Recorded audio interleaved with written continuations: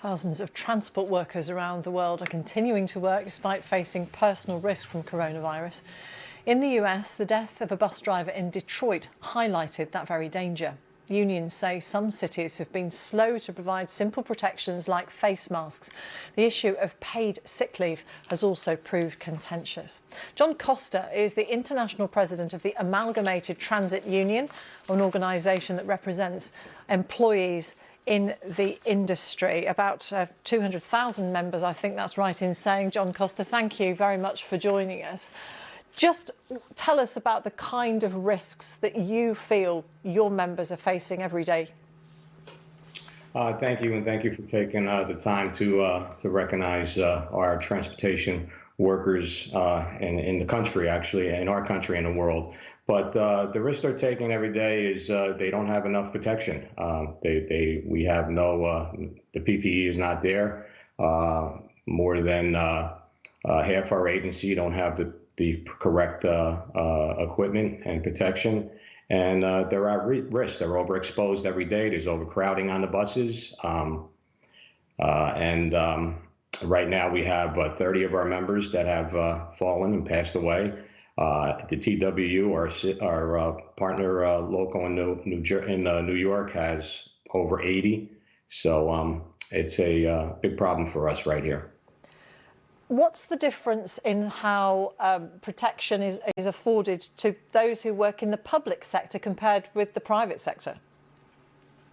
The private is worse. The public sector seems to be doing a little better. The private, my belief is it's more profit-driven, and they're not spending the money, or they don't want to spend the money for the protection, so they're doing a poor job on protecting our members. Since Jason Hargrove died, the bus driver we mentioned in Detroit, how have things changed? Have there been any improvements in recognition of what your members need?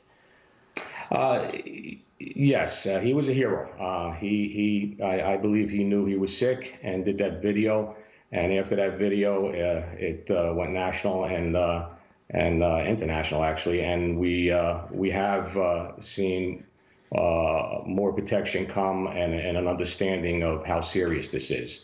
And we're now making demands. We took a position with all the agencies and sent them letters, and we have demands of the equipment we want, along with overcrowding needs to stop. Riders need to wear masks, and there should be better workstations. Our workstations in the buses should be protected, and they should close them off either by modifying some plexiglass or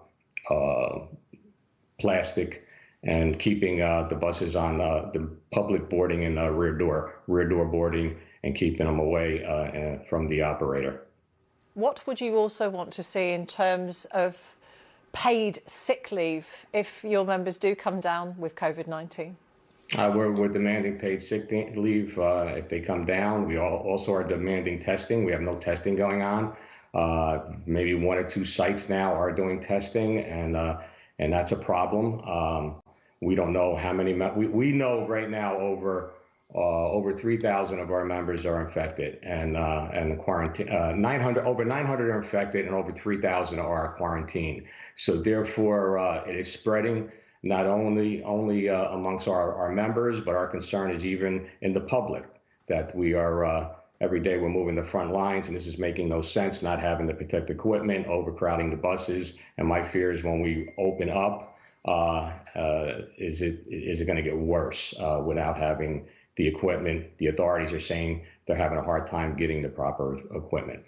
John, I'm sure that the members of the public in the United States feel the way that British people do towards those essential workers who keep turning out for work despite the risks. John Costa, from the international president of the Amalgamated Transit Union, thank you for your time.